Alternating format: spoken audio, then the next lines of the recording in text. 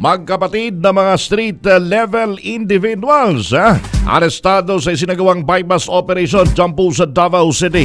Detalye ng balitang yan, tanggapin natin ang report mula po sa ating Davao Region News Correspondent, Carl Ganal. Carl, go ahead, my muntag.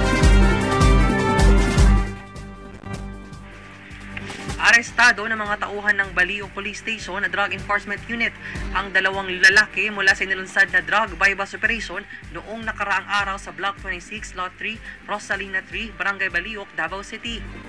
Kinilala ang mga natakip na sina Irvin James Gamorot Ampalid alias Irvin, 21 taong gulang, binata, isang construction worker, at si Edward John Gamorot Ampalid alias Boy, 27 taong gulang, binata, isa ring construction worker, kapwa magkapatid mula sa nasabing lugar.